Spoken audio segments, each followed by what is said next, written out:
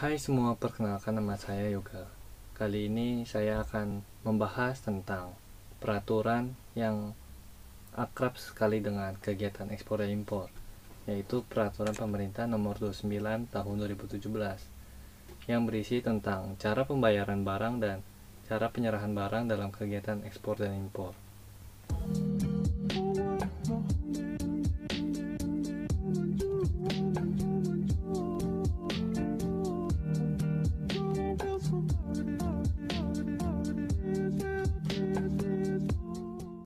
Seperti yang tadi sudah dikasih tahu, kali ini kita akan membahas tentang cara penyerahan dan pembayaran barang dalam kegiatan ekspor dan impor.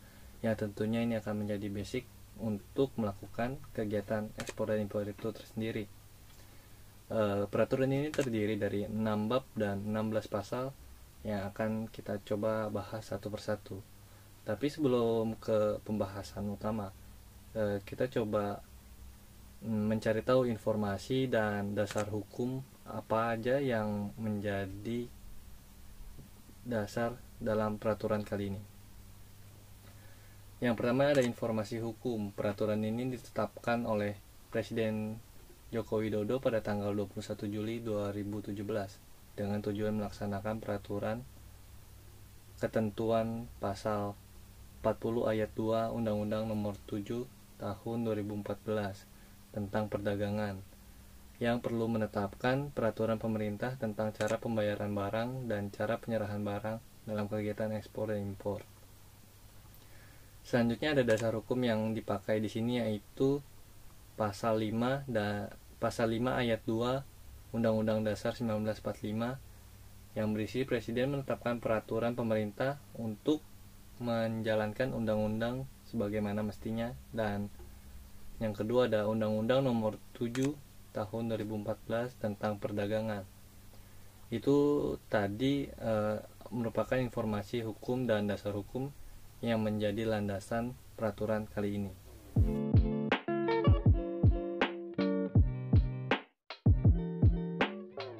Sebelum masuk ke pembahasan, kita juga harus mengetahui tentang apa aja peraturan ini dan mengatur apa aja sih peraturan kali ini.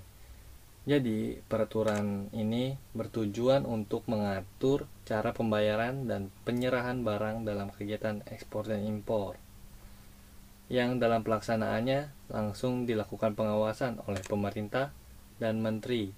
Menteri yang dimaksud di sini adalah menteri yang menyelenggarakan urusan pemerintah di bidang keuangan, di bidang perhubungan. Ada juga Gubernur Bank Indonesia, menteri teknis, dan pimpinan lembaga yang terkait.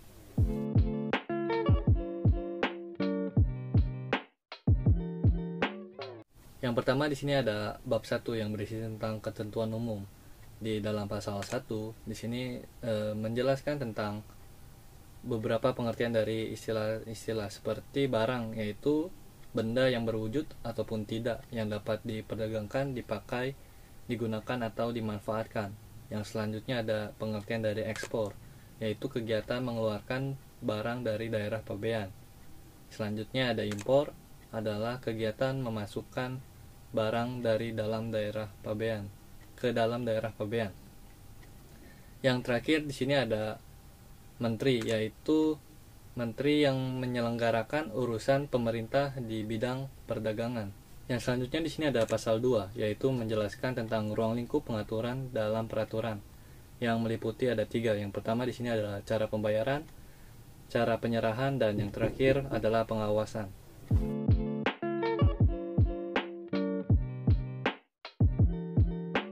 Selanjutnya dalam bab 2 yang berisi tentang cara pembayaran barang.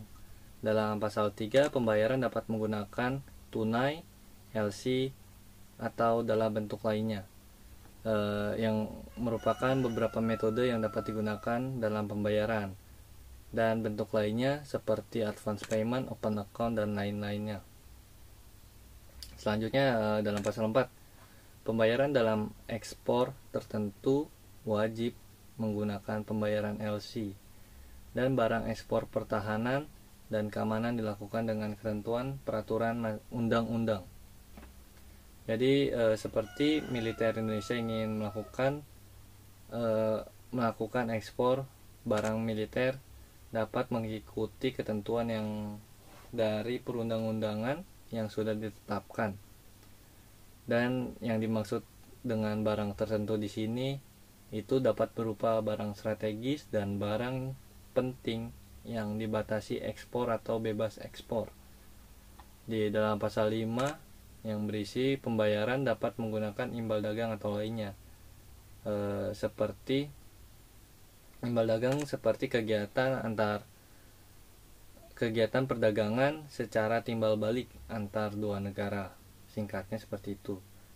Yang dalam pasal 6, imbal dagang dapat berupa barter, imbal beli, buyback, dan offset yang diatur dengan peraturan menteri. Jadi imbal dagang bisa dengan banyak cara sesuai dengan kesepakatan. Yang diutamakan untuk perdagangan barang di kementerian perangkat daerah yang menggunakan anggaran pendapatan dan belanja negara.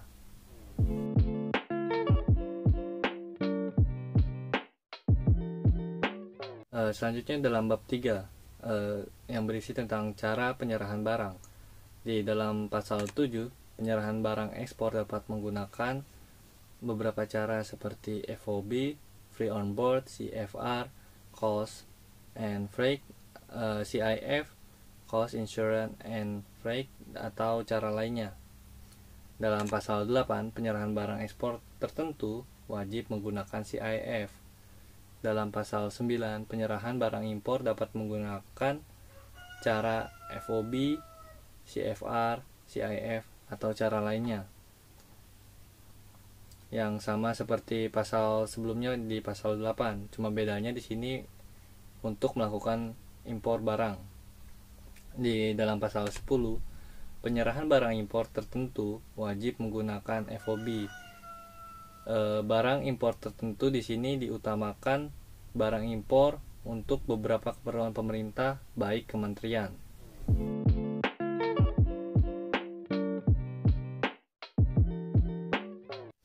Selanjutnya di bab 4 yaitu pengawasan. Pada pasal 11, pengawasan terhadap cara pembayaran dan penyerahan barang dalam kegiatan ekspor impor dilakukan oleh menteri atau dikoordinasikan oleh menteri. Jadi dalam melakukan kegiatan pembayaran dan penyerahan barang ketika sedang ekspor maupun impor itu dilakukan pengawasan untuk meminimalisir kecurangan atau hal yang tidak diinginkan lainnya yang dilakukan oleh menteri atau oleh bidang terkait.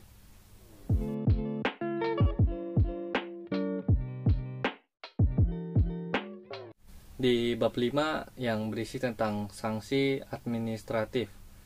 Pada pasal 12, sanksi administratif berupa peringatan tertulis, penghentian kegiatan seperti kegiatan ekspor atau impor. Selanjutnya ada denda administratif, pembekuan perizinan, pencabutan perizinan. Beberapa sanksi ini dikenakan langsung oleh menteri atau pimpinan lembaga sesuai dengan kewenangannya. Di dalam pasal 13, denda dikenakan oleh menteri berupa penerimaan negara, bukan pajak Kementerian Perdagangan. Jadi hasil dari denda yang dikenakan dalam sanksi itu disalurkan dalam penerimaan negara.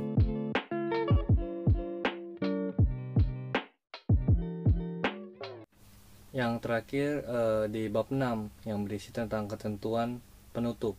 Di dalam pasal 14, pada saat peraturan pemerintah ini berlaku, semua peraturan perundang-undangan dinyatakan masih berlaku sepanjang tidak bertentangan dengan peraturan ini sendiri. Di dalam pasal 15, peraturan pemerintah ini mulai berlaku pada tanggal diundangkan, yaitu pada tanggal 24 Juli 2017. Di dalam pasal 16, pada saat peraturan pemerintah ini berlaku, ketentuan pasal 3 peraturan pemerintah nomor 1 tahun 1982 dicabut dan dinyatakan tidak berlaku.